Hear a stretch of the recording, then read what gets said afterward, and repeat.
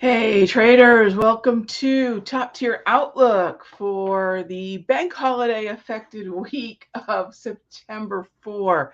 So tomorrow, September 4th, it will be a bank holiday here in the US. However, what we want to remember is that ultimately the overall week is going to be affected by the aftermath of the non-farm payroll.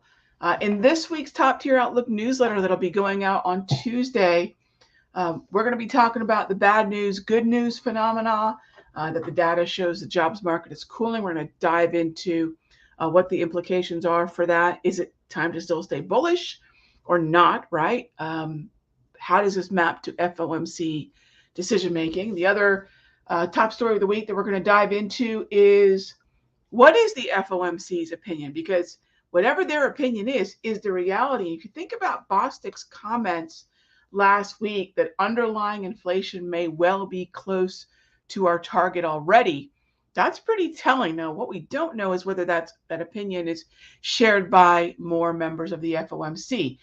Jerome is the only one who can make comments on behalf of the FOMC. So until those kinds of words come out of Powell's mouth, it's a lot of speculation, but pretty interesting. And then I think the third story is just basically the volatility that we're going to get as the clock is ticking on that October 1st budget. Now, remember, from a historical standpoint, we dove into this last week in the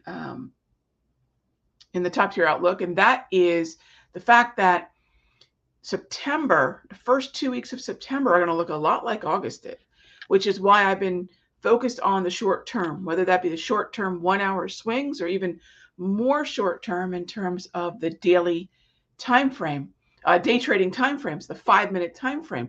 The daily is not giving me any concern for the strength that we saw that ended August. There's nothing on the daily that's really concerning in its structure, but when I'm thinking about what time frames do I actually want to trade, it really does boil down to what's happening short term. And under that short term umbrella is really 2 time horizons. Today, that's really what day trading should be called, today trading.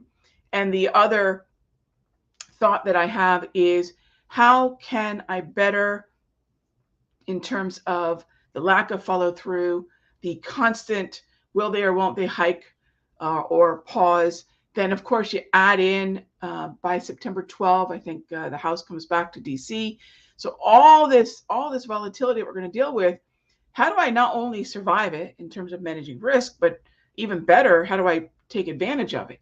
And that's where the 1 to 3 day time horizon of a 1 hour time frame, ideally, or the today time frame of day trading on a 5-minute time frame will continue to make a lot of sense. When there's uncertainty, we cannot commit to longer term follow through, right? We're not going to see day after day, week after week, usually, of follow through. So we shorten it up so we can get in, manage risk, get the follow through, get out, and then do it all over again. All right. So with that being said, let's go ahead and jump into Treasuries. As always, if you have any questions, feel free to ask. We do have our boring day trades discussion, big gains from boring day trades, coming up on Wednesday. So we're going to talk about, we started the conversation last week, right? So for those of you that wanted to see the mechanics of numerous trades, get into some trade setups, how I use the indicators. I mean, that was kind of a mini workshop, right? That we did in that webinar. How do I use the propulsion? How do the HPMRs play a role? What is the role of the multi-trend? What's the sequence that I use to build out trade after trade after trade? And then ultimately, is that working in this environment? So we're going to continue with that conversation on Wednesday. And we're going to talk about, how did we do in August? And how can, by shortening the time frame, can we create more certainty for ourselves in an environment where we're likely to see more chop into September? And we could even keep chopping into November 1, which is the next FOMC meeting, where we're expecting the FOMC to make a decision. It is 90+% at the moment that the FOMC is going to pause in September. So the real uncertainty is for us to think about what a daily time frame would do. That's a terrible place to be, thinking about what could happen days from now, thinking about targets way out from where we are right now. And let me talk about bonds here. I brought up ZB for a reason. As always, there we go. Let's bring this up. What are bonds telling us, right? Forget the 5-minute right now, because we want to go back and look at psychology, not a trade, obviously, on a Sunday at 6 o'clock in the evening. What are bonds telling us? I will tell you, not much. Bonds continue to ignore what's happening in equities. By the way, please do not think that rising yields are the undoing of strength in equities. Because if you were to look at, well, I think we did this just not all that long ago. We pulled up, going back to April, right, where we established ourselves above the 200 on the daily time frame of the S&P. So this is basically anchored to April 10. All right. Take a look at the overall direction of the S&P, and then take a look at the overall direction of bonds. These are not on the same page. It really does not, the trend is not the same as the tipping point, right? When we look at bond yields and they continue to go higher, and you're wondering, Rob, how does this tell me bond yields are going higher, whether that be ZB or ZN? When the futures contracts are going down, the actual yield is going up. So here's the ZN, the 10-year note. Here is the yield of the 10-year note. So you see the yield is going up while the futures contract is going down. Well, we've been force-fed. Well, if yields are going up, equities are going to go down. No, they won't. Okay. The difference between trend and tipping point is this. And we talked about this in the Sector Secrets Mastery Room on our weekly macro discussions. Bonds become a viable alternative to dividend yielding stocks, your kings, your aristocrats, when what they would yield for your more popular dividend yielding stocks, when that is a competitive decision, right? You're thinking to yourself as a holder of yields, or whether you want to hold treasuries, you ask yourself, is it kind of a 6 of one, half dozen the other, or is one outperforming the other? That's what I mean by a tipping point. Simply having the trend tilt towards higher yields, as it has been, is not enough. What are yields, and what are they now competitive with? Am I going to feel okay holding ZB or ZN over a dividend yielding stock? And there's something else you got to think about on top of that. Let's take Altria. It's a popular one. I've held Altria for a while. If Altria is going sideways, that's okay. If it's stuck in a range, right, I'm not really losing much on the side of the stock. As long as I'm getting that dividend yield, my typical time horizon might even be a weekly. Here we go. Might even be weekly, right? I might even be looking Altria in a weekly time frame. And therefore, I'm not really that concerned with where it is. As long as it's holding stable and I'm getting that dividend, so be it. So if you have a dividend yielding name, Walgreens comes to mind.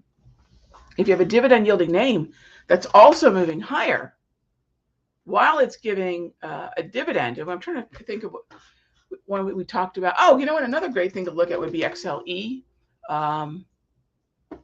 Walgreen would be another one to look at. Hang on, WBA, XLE, XLU. I'm trying to think of dividend yielding stocks and ETFs. Walgreens is a great example of where the dividend does not merit holding the stock, right? But if you have a stable stock or one moving higher, and there's a number of energy stocks with a great dividend. Does everyone get where I'm going with this? And I hope that makes sense. So this is what I'm trying to say. It's a relative performance conversation. So when treasuries reach the tipping point of being a competitive alternative, that's when it makes sense to be concerned. And then we have to look at the underlying stock, because if it's moving higher, we're getting actual appreciation of the value and the cherry on top, which is a dividend, right? So I hope I kind of drove that into the ground, because it does seem that a lot of traders think if bonds are heading lower while yields are heading higher, that's the end of the equity markets. It's not. Okay. And we can see that clearly all year, especially since April, like I showed you all. Okay. Anyways, hopefully we've just taken a few moments, maybe a few moments more than I needed, to just dive into that and show you it's not panning out in price. Yeah. All right. So let's see what we have here.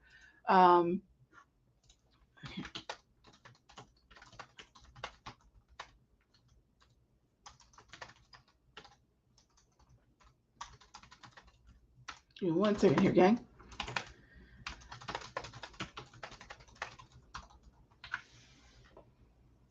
Okay. Am I still using long options on the 5 minute? If so, what delta and expiration works best for that time frame? Yes, I am. And if let me give you all this link because I did dive into it in the last with a lot of detail in the last webinar. So it was this right here. Bear with me. I'll show it to you. Yeah, if you go to simpletrading.com/consistent-replay, I get into a lot of the detail of the kinds of options that I buy, how much time to expiration, and how I do that. So the simple answer is yes, Munera, 5-minute time frame, long calls, long puts. And what delta? I do not look at Greeks. If you want to know more about that, check out the webinar. I do not look at Greeks. It's not something that I factor into my trading, never had to. And so no issue with delta, but I can tell you anecdotally, they'll be between 50 and 70, usually closer to 50 than 70 on the delta. And expiration depends on liquidity. It depends on, well, here's the easiest way to think about it, Munir. I hope I'm saying your name right. This is the way I would look at it. Which expiration has at least, at the strike price you want, 500 open interest? So start with that as the lowest. If it doesn't have at least 500 open interest, I am not interested, preferably closer to 1,000. Okay, the other thing I want is as little time as possible, because if it's a today trade, right? If it's a today trade, why would I want time that I don't need? Because remember, time is going to cost you money. Time is not cheap. So time will cost us money, and illiquidity can cost us money, lack of open interest, because the spread oftentimes can be wider. So that can be particularly treacherous if the trade goes against us, right? I don't worry about getting in with a wider spread because I'm not going to just hit the ask when I'm getting in or hit the bid when I'm selling. But when we are in a situation where the market is moving against us, we might be in that situation. So the spread then becomes one more hazard, if you will, on the course. And I don't want to go into widespread. And what's wide? You'll see sometimes 10, 12 cent options. Think about that at scale. You might say, wrong, 10 cents? Who cares? But you're right. If you're buying two options, 10, 20 cents, what's the big deal? Now imagine yourself as you scale, right? Because scalability is a big thing with us. Now imagine you're no longer trading two options. You're trading 24. Now multiply out that 10 cents, that 15 cents times 20 options, times 30 options. And all of a sudden you realize you're giving money away for no reason, right?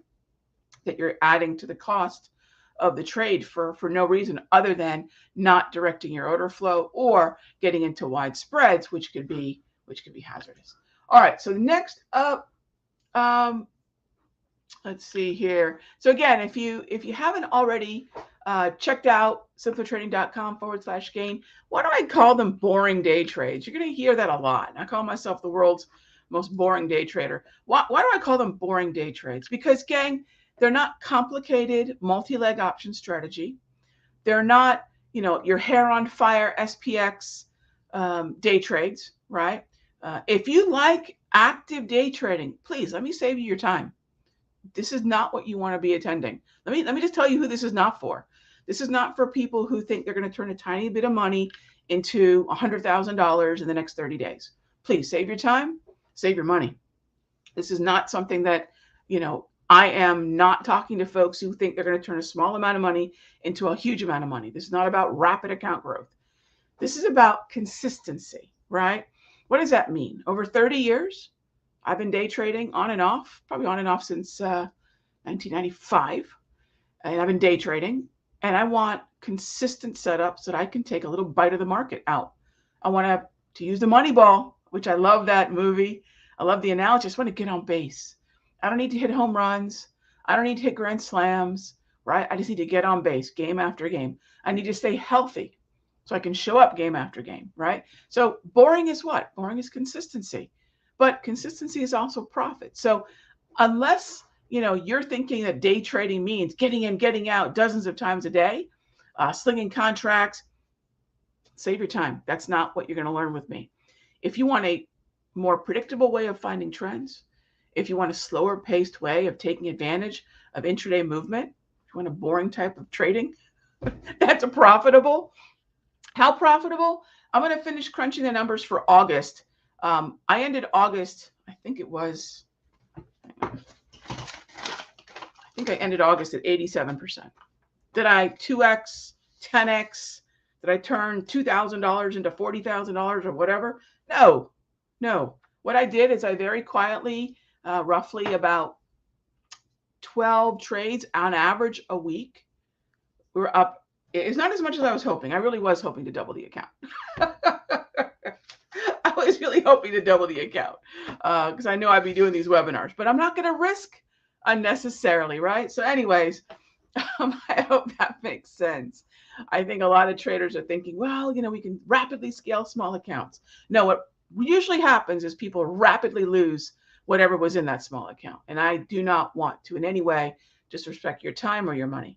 So we are talking about boring, consistent day trades. And if consistent profits are boring, then that's exactly what you're going to learn and you love about my style. Repetitive, rinse and repeat. All right, XLK. XLK. Question on XLK. On the weekly, Mr. Walker?